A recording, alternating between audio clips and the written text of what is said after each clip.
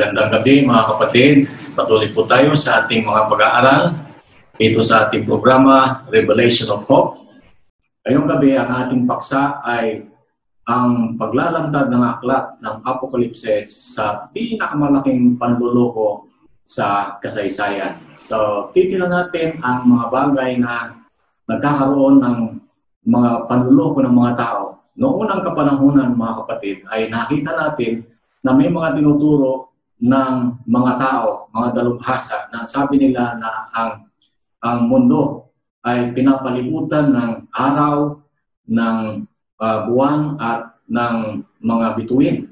Pero sa pagsasaliksik ni Nicholas Copernicus ay nakita niya ang isang kasaysayan na ang araw ang siyang sentro ng ating kalawakan at ang umiikot ay ang mundo at ganun din ang mga bituin at ang mga buwan. So, marami pang mga bagay na inaakala ng mga tao noong unang kapanahunan. Kaya nga marami ang mga nalilinlang dahil hindi nila alam at tinatanggap na lang kung ano yung mga kanilang napapakinggan at nakikita. Katulad ng pagbanggit ni Greek philosopher na Aristotle na sinasabi niya na ang gagamba ay isang insekto.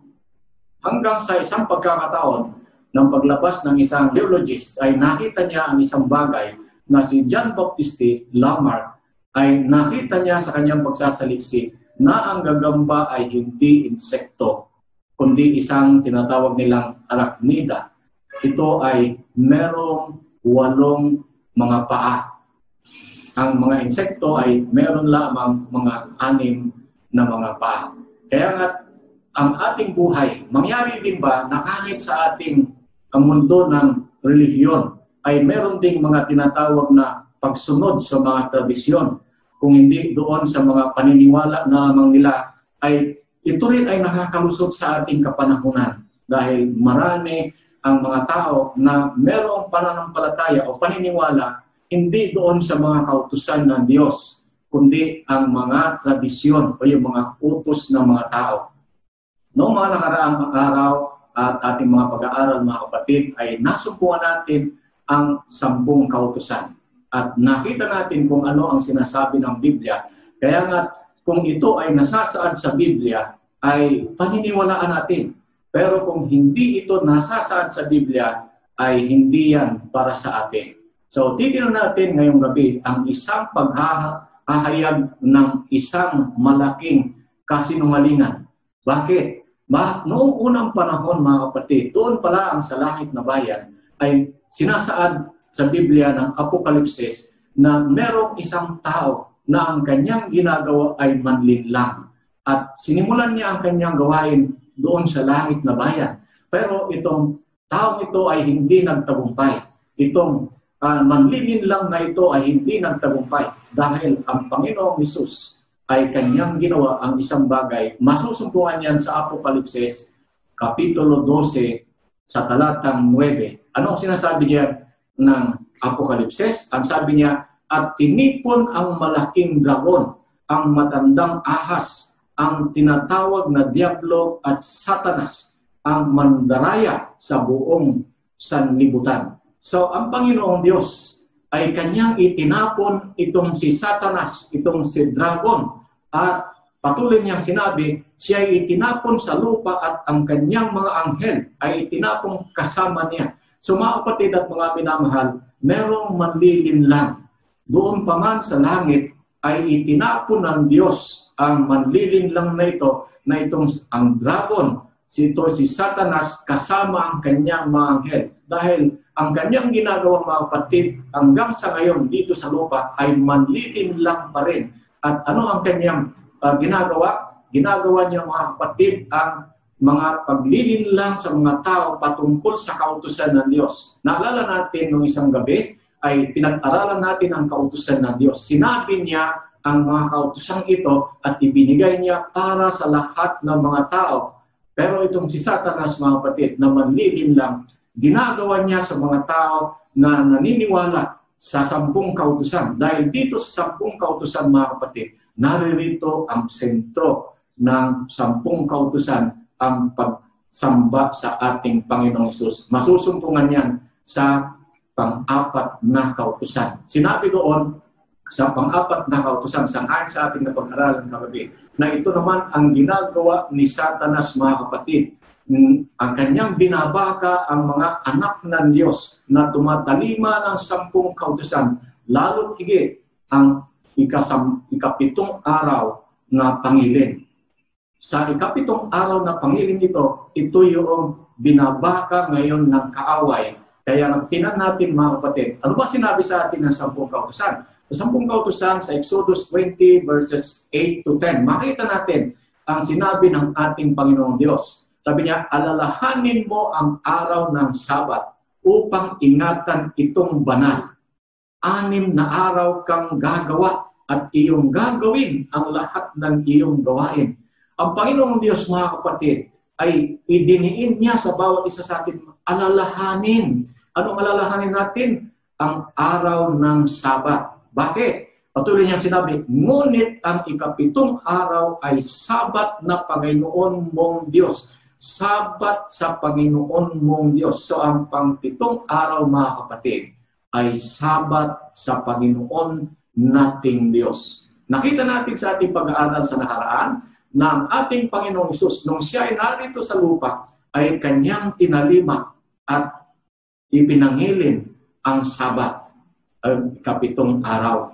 Kaya nakita natin yan sa kanyang karanasan sa Lucas 4:16. At hindi lang siya, nagpatunay din ang mga alagad o mga apostol ng ating Panginoong Hesus. Sila rin ay tumalima sa araw ng Sabat sang-ayon sa kautusan. Yan ay masusumpungan sa Gawa, Kapitulo 13, 42 hanggang 44. Kaya ang Panginoong Hesus, mga kapatid, ang ating Panginoon ay meron siyang isang araw. Yan ay masusumpungan natin sa Apokalipsis 1, versikulo 10. Ang Panginoon ay may isang araw. At yung araw na yan, mga kapatid, sangayon sa aklat ng Lucas, 6, versikulo 5, doon sa Marcos 2, 27, 28, at lalo tigit sa Mateo 12, versikulo 8, ang Panginoon ay Panginoon ng araw ng Sabat. So, merong bumubuong katanungan ng mga tao na sino ang nagbago sa araw ng Sabat na nasasaad sa banal na kasulatan? Sino ang nagbago ng Sabat? Mga kapatid, titinan natin. Tiyak tayo na hindi ang Panginoong Diyos ang nagbago ng araw ng Sabat. Dahil iyan ang ibinigay niya sa mga tao at sinabi niyang alalahanin ang araw ng Sabat na ito at ating ipangilin. Sangayon sa aklat ng Malakias 3, versikulo 6, ang sabi doon, sapagkat akong Panginoon ay hindi nagbabago. Mga kapatid, ang ating Panginoon ay hindi siya nagbabago. Kaya pag sinabi niyang alalahanin ang araw ng Sabat, 6 na araw kang gagawa at ang ikapito, ang sabi niya ay araw ng Panginoon. Iyan ay iyong ipangilin. So ang Panginoon natin ay hindi siya nagbago. Ay kung hindi nagbago ang Panginoon, ay sino ang nagbago ng araw ng Sabat? Ang Panginoong Hesus. Kaya makita natin, mga kapatid, din sa aklat na Hebreo 13, versikulo 8. Anong sinabi doon? Ang sabi niya, si Jesu Kristo ay siya rin kahapon, ngayon, at magpakailanman. So makikita rin natin, mga kapatid, na ang ating Panginoong Hesus, siya noon, siya ngayon, at magpakailanman. Hindi rin siya nagbago, hindi rin siya magbabago. Siya pa rin. Kaya kung ang kanyang tinalimang araw ng Sabat noon na ikapito, hanggang sa ngayon, iyan pa rin, mga kapatid. O kung sino ang nagbago, ang kanin kaya mga alagad o mga tagasunod ng ating Panginoong Hesus. Tingnan natin kung anong sinabi ni Pedro sa Gawa 5, versikulo 29. Ang sabi ni Pedro? Ang sabi niya, ngunit sumagot si Pedro at ang mga apostol, kailangan sa Diyos kami susunod sa halip na sa mga tao. So mga kapatid, maliwanag sa atin na ang mga kautusan ng Diyos sang-ayon sa araw ng ipangilin, hindi binago ng ating Panginoon. Hindi binago ng ating Panginoong Hesus. Hindi rin binago ng kanyang mga tagasunod o mga apostol. So, ang malaking tanong mga kapatid, sino ang nagbago? So, titignan natin ang mga kasaysayan na noong unang panahon, mga kapatid, ay lahat ng mga Kristiyano, ang kanilang ipinangilin na araw ay araw ng Sabat. So, lahat ng mga Kristiyano, sang-ayon doon sa sulat ng isang dalubhasa, ang sabi niya, the Sabbath at the exemption of the sixth text by Sir William, ay makita natin ang isang pagpapahayag ng aklat na ito. Ang sabi niya, maraming daan ng panahong Kristyanismo ang nagdaan bago pa nagpasimulang mangilin ng araw ng linggo ng mga Kristiyano. So makikita natin mga kapatid, sang-ayon sa aklat na ito, ay lahat ng mga Kristiyano noon, daang taon na ang nagdaan bago pa man sila nangilin ng linggo. So maliwanag mga kapatid na noon, lahat ng mga Kristiyano, ang pangilin ay araw ng Sabat, ikapitong araw. So, at wala ding ebidensya. Sang-ayon sa aklat na ito, sa Encyclopedia Britannica, ang sabi doon, walang ebidensya na sa mga unang taon ng mga Kristyanismo ay may formal na pangilin ng linggo o pangkalahatang pagpapahinga mula sa pagtatrabaho. So wala din mga kapatid, wala tayong masusupungan. So ano yung mga makikita natin dito? Merong paglalahad ng Biblia. Kaya nga paniwalaan natin kung anong sinasabi ng Biblia. Apokalipsis, Kabanatang 13. Anong makikita natin dito? Makikita natin mga kapatid na merong lumitaw na halimaw. Na itong halimaw na ito ay ating makikita. Ang sabi niya sa talatang 1 at 2 ng Apokalipsis 13. Basahin natin. Sabi niya, at siya'y tumayo sa buhanginan ng dagat. At nakita ko ang isang halimaw na umaahon sa dagat. So mga kapatid, pag pinag-usapan natin ang kasulatan, lalo tingin sa Apokalipsis, pag sinabing dagat mga kapatid ay mga tao, lumitaw ang isang halimaw. Tingnan natin kung ano mga ito. Sabi niya, may 10 sungay at 7 ulo, at sa kanyang mga sungay ay may 10 diadema, at sa kanyang mga ulo ay mga pangalan ng kalapastangan. Aking didiin mga kapatid, at titinan natin dito ang isang mahalagang bagay na sinabi ni Apokalipsis, ng Apokalipsis, ay ang halimaw na ito na may sungay. Titinan natin yan, na meron daw pangalan ng kalapastangan. Yan ang makikita natin. At pagpapatuloy niya, sabi niya, at ang halimaw na aking nakita ay katulad ng isang leopardo, at ang kanyang mga pa ay gaya ng isang puso. So ito'y kakaibang halimaw ito mga kapatid. So, sabi niya, at ang kanyang bibig ay gaya ng bibig ng leon, at ibinigay rito ng dragon ang kanyang kapangyarihan, ang kanyang trono, at dakilang kapamahalaan. Tingnan natin mga kapatid, sang-ayon sa una natin sinabi kanina, sa Apokalipsis 12, versikulo 9, inulog ng Panginoong Diyos ang dragon. Sino itong dragon na ulit nito? Ito si Satanas. Ito yung hinulog ng ating Panginoon. So, ang halimaw na ito ay binigyan siya ng kapangyarihan. Ang dragon ay binigyan niya ng kapangyarihan.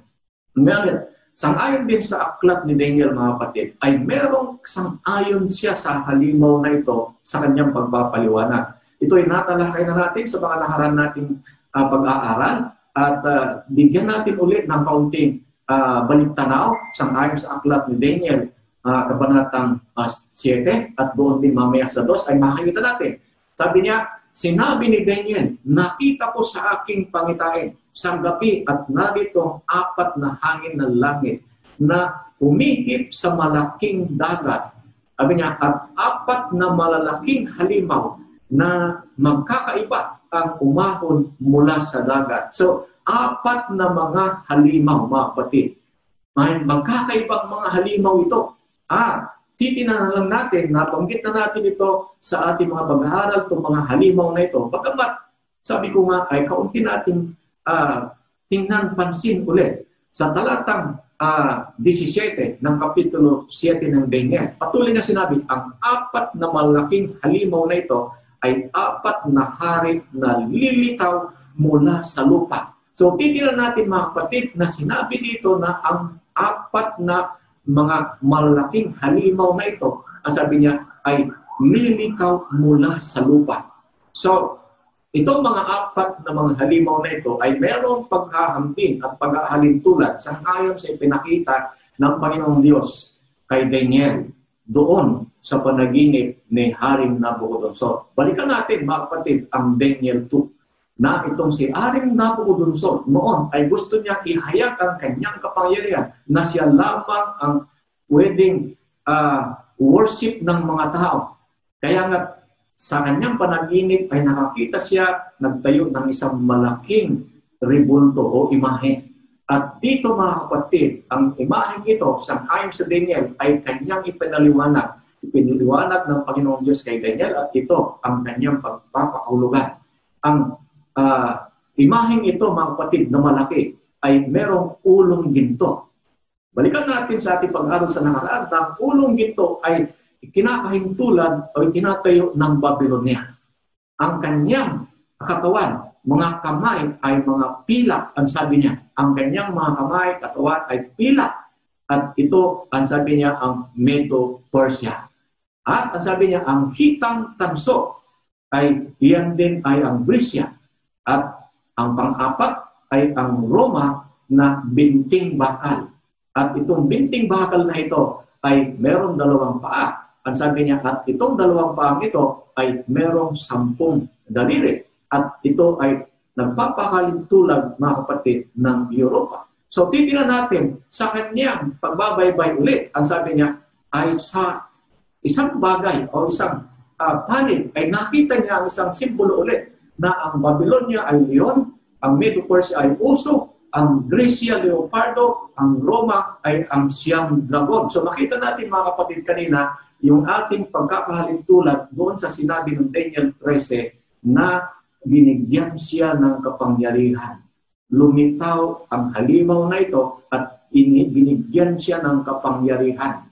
At itong kapangyarihan ito na ibinigay ng dragon sa halimaw na yan ay itong ating makita. At itong Europa ngayon, ito yung mga 10 sungay na binabanggit doon sa aklat ng Biblia. So, sa talatang 23, ang sabi, ganito ang kanyang sinabi, ang ika-4 na halimaw ay magiging ika-4 na kaharian sa ibabaw ng lupa. So, tignan natin mga kapatid doon sa una. Of course, nakita natin ang Babylonia, nakita natin ang Medo-Persia, at narinig din ang Greece, at ang pang-4, sang-ayon mga kapatid, sa pag-aaral natin ng history, ay narito ang Roma. At bakit natin pag-aaralan ng Roma, mga kapatid? Dahil ang Roma, ito yung sinasakop ang kabuhayan ng ating Panginoong Hesukristo. At dito, mga kapatid, ang Roma ay ito yung pang-4 na halimaw na meron 2 paa. At itong 2 paang ito, mga kapatid, na ang paang ito ay binubuo ng mga lupa at bakal na hindi yan magkaisa. Ito yung mga 10 at meron siyang 10 daliri at ito yung nagpapahiwatig ng Europa. So mga kapatid, tira natin ang talatang 8. Ito yung maganda nating pagdidiin na titingnan. Habang tinitingnan kong mabuti ang mga sungay, itong sungay na ito mga kapatid, sang-ayon doon sa Daniel, ay ang sabi niya, narito lumitaw sa gitna ng mga iyon ang isa pang munting sungay. So, meron na siyang mga sungay, pero lumitaw pa isang sungay. At anong ginawa ng munting sungay nito? Ang sabi niya, at sa harap nito ay 3 sa mga unang sungay ang nabunot sa mga ugat. Pag-aralan natin mga kapatid ng history, ang mga nabunot na ito ay nandyan ang Libya, nandyan ang Egypt, at nandyan ang Babylon. So, nahugot ito at lumitaw ang isang sungay. At nakakaiba ang sungay na ito. Ang sabi niya, narito sa sungay na ito ay may mga mata na gaya ng mata ng tao at isang bibig na nagsasalita ng kapalaluan. Ito mga kapatid, kung bakit natin binabaybay ito, ay ipagdidiin natin na sa kapanahunan yan ng Europa ay gusto nilang magkaisa pero hindi nila mapagkaisa ngayon dahil ito yung nagre-represent ng paa na gawa ng bakal at ng lupa, hindi yan magkakaisa. So, babanggitin natin kung ano yung sungay na yan. Ang sinabi niya, nagsasalita ng kapalaluhan. Nagsasalita ng kapalaluhan. Ano kaya kanyang mga sinasalita? Tingnan natin mga kapatid, Daniel 7 verse 8, nakita natin yung munting sungay. At paano lumitaw ang munting sungay? Ang sabi niya, lumitaw sa kinaroroonan ng 10 sungay. Okay? And then, yan ay ang kanlurang Europa. So sinabi natin kanina, ito ang paa ay ang Europa. At lilitaw pagkatapos ng 10 sungay. So pagkatapos ng 10 sungay, mga kapatid, ang Roma, mga kapatid, ay na-divide ito ng mga iba pang mga bansa. At ito, mga kapatid, ito yung titingnan natin kung ano ang kanyang gawain dito. Ang sabi niya, may mga matang gaya ng sa tao. Meron siyang mata gaya ng mga tao. Pero itong mata ito, mga kapatid, ay nare-represent niya ang isang sistemang pangrelihiyon na tao na nakasalig sa katuruan ng tao. So, ipinapahiwatig, mga kapatid, sinasagisag niya ng isang relihiyon na ang kanyang mga turo ay hindi turo na galing sa salita ng Diyos, kundi galing sa isang tao. Alalahanin natin, mamaya banggitin natin, pang-apat, sabi niya, ito ay kakaiba sa mga nauna. Kakaiba sa mga nauna. Bakit? Sa kanyang pagkakaiba, mga kapatid, ay meron siyang, sabi niya, pinagsamang relihiyon at politika. Meron pinagsamang relihiyon at politika. So, sino ba yung kapanahunan na yan? Nagsama ang relihiyon at ang politika. Alam niyo, mga kapatid, isang mahirap na pangyayari pagka nagsama ang relihiyon at ang politika. Malaki ang maidudulot nito. So, ano ang gagawin ng kapangyarihan ito? Anong gagawin ng maliit na sungay? Ito, mga kapatid, tingnan natin, Daniel 7 verse 25, ang sabi niya, at siya'y magsasalita laban sa kataas-taasan. At lilipulin niya ang mga banal ng kataas-taasan. So ito, mga kapatid, magsasalita laban sa kataas-taasan. Ano ang kanyang sasalitain? Sabi niya, at kaniyang iisipin baguhin ang mga panahon at ang kautusan. So ito, mga kapatid, titingnan natin ang sinabi ni Daniel na ang maliit na sungay na ito nakakaiba sa lahat ng mga sungay. Ang sabi niya ay merong kapangyarihan at nagsasalita. At ang kanyang pagsasalita ay kalapastangan sa kataas-taasan. At iisipin niyang baguhin ang kautusan. So ito, mga kapatid, titingnan natin dahil si Satanas doon kanina ay hinulog ng Panginoong Diyos dito sa lupa at ang kanyang ginagawa ay nililito ang mga tao. At paano niya nililito ang mga tao? Doon sa mga kautusan. Inililito niya na ang mga tao ay mangilid ng linggo o kaya ang unang araw. Pero ang Biblia, ang sinasabi doon ay ikapitong araw. So, balikan natin ang tanong. Ang sabi niya, ang kapangyarihan ito ay susubukang baguhin ang kautusan ng Diyos. So, sino kanina ang nagbago ng kautusan? Ito, mga kapatid. Susubukan niyang baguhin ang kautusan ng Diyos. At kaya siya, nagtagumpay kaya siya. Tingnan natin, Daniel 8 verse 12. Anong sabi doon? Ibinagsak nito ang katotohanan sa lupa at ang sungay ay patuloy na nagtagumpay sa ginawa nito. So, mga kapatid, ang maliit na sungay na ito na may kakaibang kapangyarihan, nagsalita laban o kalapastangan sa kataas-taasan at baguhin ang kautusan.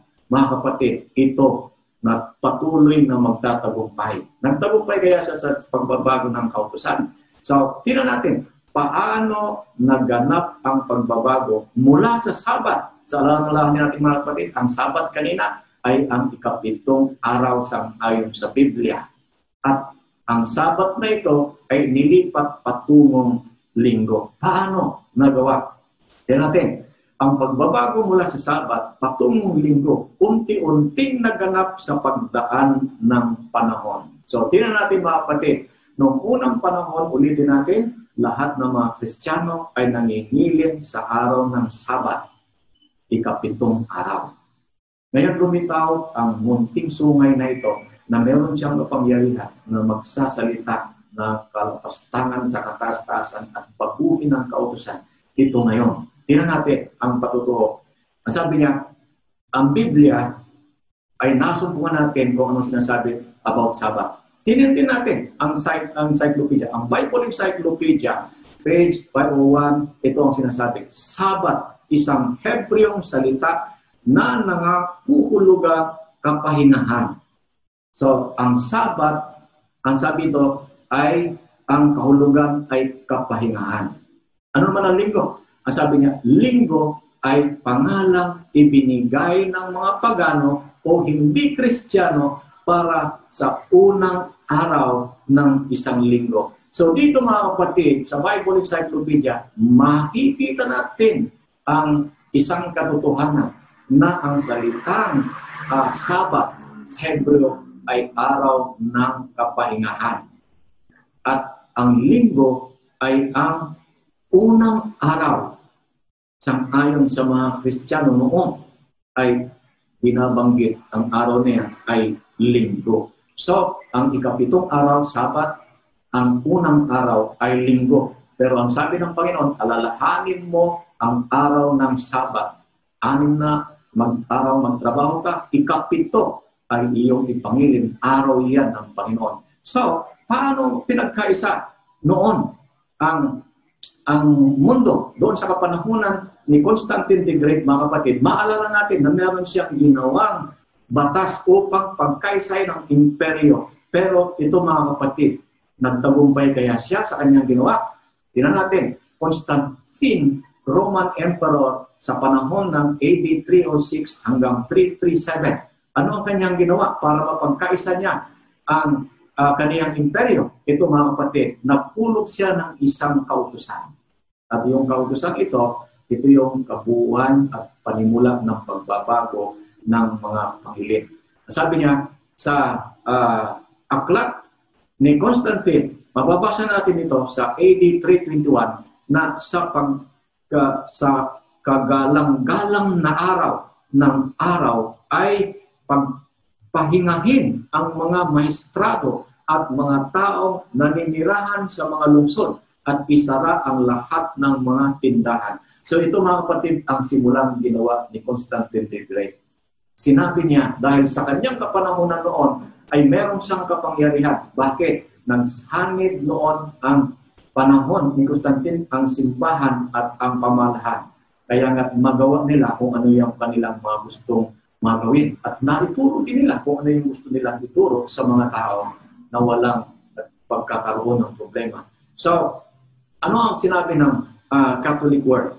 The Catholic Word, page 809, ang sabi niya, March 1994. Ang sabi niya, ang araw, ang pangunahing Diyos, ang araw ng ang pangunahing Diyos ng mga pagano, mayroon sa katotohanan makamaharlika at makahari patungkol sa araw. Kaya ito naangkop bilang sagisag ni Jesus ang araw ng katuwiran. So, ito yung kanilang pagbabanggit, mga kapatid, na merong araw na yan. At iyan ay hinambing nila sa araw ng ating Panginoong Hesus. Pero tingnan natin, dahil dito, at sabi niya, ang mga iglesia sa mga bansang ito ay tila nagsasabing panatilihin ang lumang paganong pangalan. So, pinanatili nila ang lumang paganong pangalan na ang linipat ang linggo. Ang sabi niya, ito ay mananatiling nakatalaga at sagrado. Kaya nga, ang paganong linggo na inaalay kay Balder ay naging Kristiyanong linggo na itinalaga kay Jesus. So ito mga kapatid ang kanilang pagpapahiyan na napakalungkot na marami ngayon ang mga tao na sumusunod na inaakala nila na iyan ay ang totoo, pero hindi yan. Walang ebidensya yan, mga kapatid, sa Biblia. Kaya ating mga kaibigan na nanonood ay ating pong mabibigyan tayo ng pag-asa ng isang katotohanan upang hindi tayo malinlang. So, paghahayag natin ang mga katotohanan, mga kapatid. Ano bang binanggit sa Konseho ng Laodicea, AD 325? Anong binanggit dito sa konseho ito? Ano kaya ang kanyang layunin sa konseho ito noong AD 325? Ang sabi doon, dahil dito, ang mga iglesia sa mga bansang ito ay tila nagsasabing panatilihin ang lumang pangalang pagano. So, pinagkaisa nila, mga kapatid. At ito nga ngayon. So, nakita natin ang katotohanan, mga kapatid. Ang sabi niya, sa Daniel 7:25, nakita natin yung katotohanan binabanggit ni Daniel. Ang sabi niya, at kanyang isiping baguhin ang mga panahon at ang kautusan. So, tinan natin, mga kapatid, kung paano nila binago. Makita natin ito sa The Converts Catechism. Isang aklat na ito na maganda na pag-ahayag nila ng katotohanan. At sundan natin, mga kapatid, kung ano sinabi. Ang sabi niya, tanong, ano ang araw ng Sabat? So, sang-ayon sa Biblia, mga kapatid, sa ating mga pag-aaral, ang araw ng Sabat ay ika-7 araw. At iyan ay ipangilin sang-ayon sa 10 kautusan. So, ano ang sagot nila? Sabado ang araw ng Sabat. So, the Converts Catechism, mga kapatid, alam nila na ang Sabat ay ang ika-7 araw. Kaya nga, iyan ang araw ng Sabado. Patuloy na tanong. Ang sabi niya, bakit natin ipinangilin ang araw na Linggo na sa halip sa Sabado? So bakit, mga kapatid? Ang tanong at ang sagot nila, sapagkat ang Iglesia Katolika ay inilipat ang kabanalan ng Sabado patungong Linggo. So mga kapatid, makikita natin dito na ang paglilipat ng araw ng Sabat na sinabi ng Panginoon ay hindi ang Panginoong Diyos ang naglipat, kundi ang tao. Sang-ayon sa Daniel 7:25, merong diyan isang kapangyarihan, ang sabi niya, at nagsabi na inisip niyang baguhin ang kautusan. At ito na nga ngayon, mga kapatid, ang katotohanan. So sa Catholic Encyclopedia, makikita natin ang isang paghahayag. Ang sabi doon, ang sabi niya, ang Iglesia matapos nitong ang araw ng kapahingahan mula sa ika-7 araw. Lalahanin natin, mga kapatid, ika-7 araw. Ano ika-7 araw ulit? Sabado. Anong ginawa nila? Ng Sanlinggo na ipinangilin ng mga Hudyo patungo sa unang araw. So, inilipat nila, mga kapatid, mula sa ika-7 araw, ginawang linggo, iyan ang unang araw. So, anong ginawa? Nagawa nito na ang ika-3 utos na tumutukoy sa linggo bilang araw na ipinangilin banal ang araw ng Panginoon. So, paano nila ginawa, mga kapatid, at binago ang kautusan? Mga kapatid, makita natin sa inyong paglalakad diyan sa mga kalsada, sa mga highway, pag kayo naglalakbay, makikita kayo ng 10 kautusan. Pero, banggitin ng 10 kautusan ito, mga kapatid, makikita natin ang pagbabago, mapapansin natin. So, ang 10 kautusan, makita natin, 2 tipan yan ang binigay kay Moses, 4 doon sa kabila, at 6 doon sa kabilang tipan. So, makikita ninyo, paano nila ito binago ngayon? Binago nila, mga kapatid, ay inalis nila ang pangalawa. So, kung inalis ang pangalawa, nabawasan. Paano ngayon maging 10 kautusan pa rin? Ang maging 10 pa rin ang kautusan. Ang ginawa nila, mga kapatid, ay hinati ang pang-10 kautusan upang maging 10 pa rin. Kaya nga, ang ginawa nila, mga kapatid, inalis ang pangalawa. Ano yung pangalawa? Huwag kang gagawa ng imahen. At huwag kang yuyukot. Inalis na nila yon. Kaya nga, ang pangatlong kautusan ay ang sang-ayon sa kanila na ngayon ay ang Sabat. At para maging 10 pa rin ito, sabi ko nga kanina, ay hinati ang 10 kautusan at naging 10 pa rin ang mga kautusan. So mga kapatid, ito yung mga katotohanan ginawa at pagbubunyag ng salita ng Diyos. Kaya nga, mga kapatid, mabigyan tayo ng pag-asa na hindi tayo malilito rito.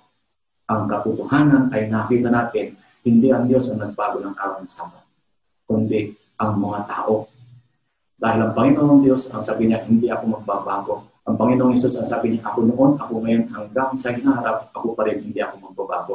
So, Catholic and fundamentalism, ano makikita natin dito? Ang sabi niya, ang mga mananampalataya na nag-aaking sumusunod sa banal na kasulatan, sabi niya, ay nagsama-sama upang sumamba sa araw ng linggo, subalit walang katunayan mula sa banal na kasulatan na ang sama-samang pagsamba ay gawin sa araw ng linggo. So mga kapatid, walang ebidensya sa Biblia na ang pagngilin ng araw ng linggo na ginagawa ngayon ng mga tao ay walang ebidensya, mga kapatid, sang-ayon sa Catholicism and fundamentalism. Ano ba? Sabi niya, ang Sabat ng mga Hudyo o araw ng kapahingahan ay Sabado. Ang simbahang Katoliko ang nagpasya na ang araw ng linggo ang dapat ang araw ng pagsamba ng mga Kristiyano bilang paggunita sa pagkabuhay na magulit. So ito mga kapatid, inahambing na nila ito, inalagay na nila ang araw ng Sabat nila ay ang unang araw upang paggunita sa pagkabuhay muli ng ating Panginoong Hesus na walang ebidensya ito sa Biblia, mga kapatid. So tinignan natin ang kanila pang mga pagsabi, Canon and Tradition 263. Ang sabi doon, ang sabi niya, ang otoridad kung gayon ng Iglesia ay di maaaring talian ng otoridad ng kasulatan. Sapagkat ang Iglesia ay binago ang Sabado tungo sa linggo, hindi sa utos ni Kristo. Hindi sa utos ni Kristo, kundi sa sariling otoridad nito. So mga kapatid, so sana tayong malinlang, makita natin mga kapatid na ang mga araw ng Sabat noong unang kapanahunan, mga kapatid, ay tinataliman ng lahat ng mga Kristiyano. Ngayon ay linipat ng linggo. Sa wakas, ang sabi niya, sa huling pagbubukas noong Enero 18, 1562, lahat ng pag-aatubili ay nalutas. Ang arsobispo ng Rio ay nagsalita na doon ay nahayag ang sinabi na ang tradisyon ay higit sa Biblia. So mga kapatid, ano ang inyong susundin? Ang tradisyon o ang salita ng Diyos? So maliwanag na mga kapatid sa ating pag-aaral, magbigyan tayo ng pag-asa ng Panginoong Diyos, ang banal na kasulatan, hindi niya tayo lilituin. Ang sinabi sa Catholic Record, September 17, 1833, ang sabi doon, ang linggo ay natatag hindi sa kautusan, kundi dahil sa tradisyon at institusyong Katolika. Ang linggo ay tanda ng aming otoridad. Ang sabi niya, ang Iglesia ay mas mataas kaysa Biblia. Mga kapatid, mahirap ito mangyari na ang Iglesia ay mas mataas na kaysa Biblia. Mahirap mga kapatid. Sabi niya, at ang paglilipat na ito ng Sabat ay katibayan ng kautusan. So mga kapatid, sa huling kapanahunan ay ating makikita ang Panginoong Diyos sang-ayon sa ating pag-aaral, sang-ayon sa pag-aaral natin noong nakaraan, meron siyang tanda sa kanyang mga anak. At ang kanyang tanda sa kanyang mga anak ay ikapitong araw, araw ng Sabat. So, ano yung guide talaga natin mga kapatid? Ano yung mabuti na guide natin sa ating pananampalataya at sa ating religion? Yung bang tradisyon o yung mga itinuturo ng tao o yung sinuturo ng ating Panginoong Hesus? So iyan po mga kapatid ang malaking katanungan. Dahil doon sa 10 kautusan, maalala natin na sa 10 kautusan mga kapatid na yun, o 10 utos na yun, ay naroon ang pang-apat na kautusan, ang araw ng Sabat. Na ito ngayon mga kapatid, ang sinisira ng mga tao dahil ayaw nila na ipangilin ang araw ng Diyos o araw ng Panginoon na yan ang tanda niya sa mga tao. Ang gusto ni Satanas mga kapatid ay alisin yung tanda na yun ng Diyos at ang tanda ng tao ang gustong sumunod ang kanilang sundin. So, Awit 89 verse 34. Anong sabi doon? Ang aking tipan ay hindi ko lalabagin. Ang Panginoong Hesus mga kapatid, ang Panginoong Hesus nung siya ay narito sa lupa, hindi niya yan linabag ang 10 kautusan. So, anong kanyang pinangilin? Araw ng Sabat. Lucas 4:16. Ang sabi niya, hindi ko lalabagin. Ni ang salita na lumabas sa aking mga labi ay aking babaguhin. So, ating Panginoong Diyos mga kapatid, hindi niya babaguhin. So, sino ang iyong Panginoon? Ngayon mga kapatid, yan ang malaking tanong. Mga kaibigan at mga kapatid, ay pinapalangin namin na Panginoong Diyos ay baguhin ang ating paniniwala, ang ating puso, at tanggapin ang alok ng ating Panginoon. Sino ang inyong susundin? Sabi niya, ano ang pundasyon ng iyong pananampalataya? Ito ba ay ang banal na kasulatan o ang tinuturo ng tao? Mga kapatid, mamili tayo sa dalawang na patungo ng ating buhay. Pero ito ang tanong mga kapatid. Sabi niya, ano ang basihan ng otoridad sa mga spiritual na mga bagay? Ang simbahan o ang kalooban ng Diyos? So mga kapatid, ang Panginoong Hesus ay naghihintay siya sa bawat isa sa atin. Hindi niya yan pipilitin sa bawat isa sa atin.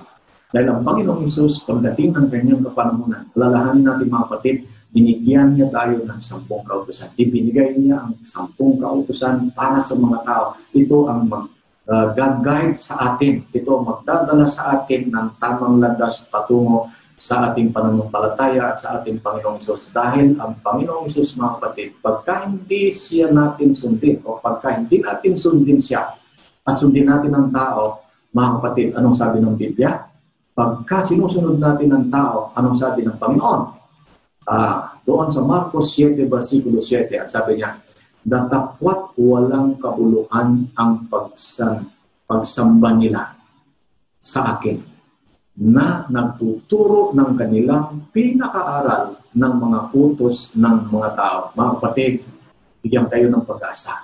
Pagkaroon tayo ng pag-asa sa tamang pagsunod sa ating Panginoong Hesus. Maging katotohanan ng ating mga pagsamba at paglilingkod. Pero, sangayon sa talata ni Marcos, ang sabi niya, walang kabuluhan ang kanilang mga pagsamba. Bakit? Tinuturo nila, hindi ang turo ng Diyos, kundi ang turo ng tao. Alalahanin natin mga kapatid sa Ezekiel 20, versikulo 20, ang sabi niya, at inyong ipangilin ang aking mga sabat at ang magiging tanda sa akin at sa inyo upang inyong malaman na ako ang Panginoon ninyong Diyos. So mga kapatid, sangayon sa Apokalipsis 14, versikulo 12, ang sabi niya, narito ang panawagan para sa pagtitis ng mga banal, sa mga tumutupad sa mga utos ng Diyos at humahawak ng matatag sa pananampalataya ni Jesus. Mga kapatid, huwag sana tayong palinlang. Katulad ng karansan ng ating mga unang magulang, si Adan at saka ni Eva, doon pa lang mga kapatid ay may nanlinlang na sa kanila. Ngayon, yan ang kanyang ginagawa hanggang sa ngayon pa man. Nililinlang niya ang tao at ang sentro ng kanyang panlilinlang mga kapatid ay ang ikapitong araw. Na ito ngayon ang ating nakita na nabago hindi sa Panginoong Diyos, kundi sa tao. So, sa Diyos, mga kapatid, hindi magkakatulad ang lahat ng araw. Pag sinabi niya, alalahanin mo, ikapito, mga kapatid, alalahanin natin, hindi yan pare-parehas ang araw. Special ang araw ng Sabat. Anong kanyang ginawa sa araw ng Sabat?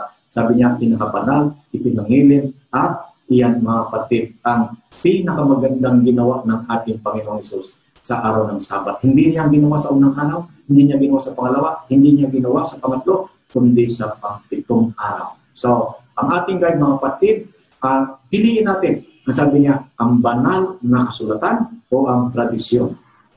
Piliin natin ang ating leader, si Jesus ba o yung mga leader ng religion? Kautusan ng Diyos o yung kautusan ng tao? Katuruan ng Diyos o yung katuruan din ng tao? At yung paraan ng Diyos o yung paraan ba ng tao? Mga kapatid, ito ang aming tanong sa inyo. Piliin ba natin na manatiling nalilin lang tayo? Piliin natin ang sumunod sa ating Panginoong Diyos. Katulad ni Josue, ito ang kanyang sinabi, at panghawakan din ng bawat isa sa atin at ipapanalangin namin kayo mga kapatid. Piliin ninyo sa araw na ito kung sino ang inyong paglilingkuran. Sabi niya, ngunit sa ganang sa akin, sabi niya, at sa aking sambahayan, kami ay maglilingkod sa Panginoon. Mga kapatid, sana maging ito rin ang ating tugon. Piliin natin ang paglingkod sa ating Panginoon. Piliin natin sumunod sa kanyang mga kautusan. Piliin natin ang ikapitong araw. Piliin natin ang Sabado, hindi yung mga tinuturo ng mga tao. Mga kapatid at mga kaibigan, sana ang mensahe nito ay makatulong sa atin na magkaroon tayo ng pag-asa.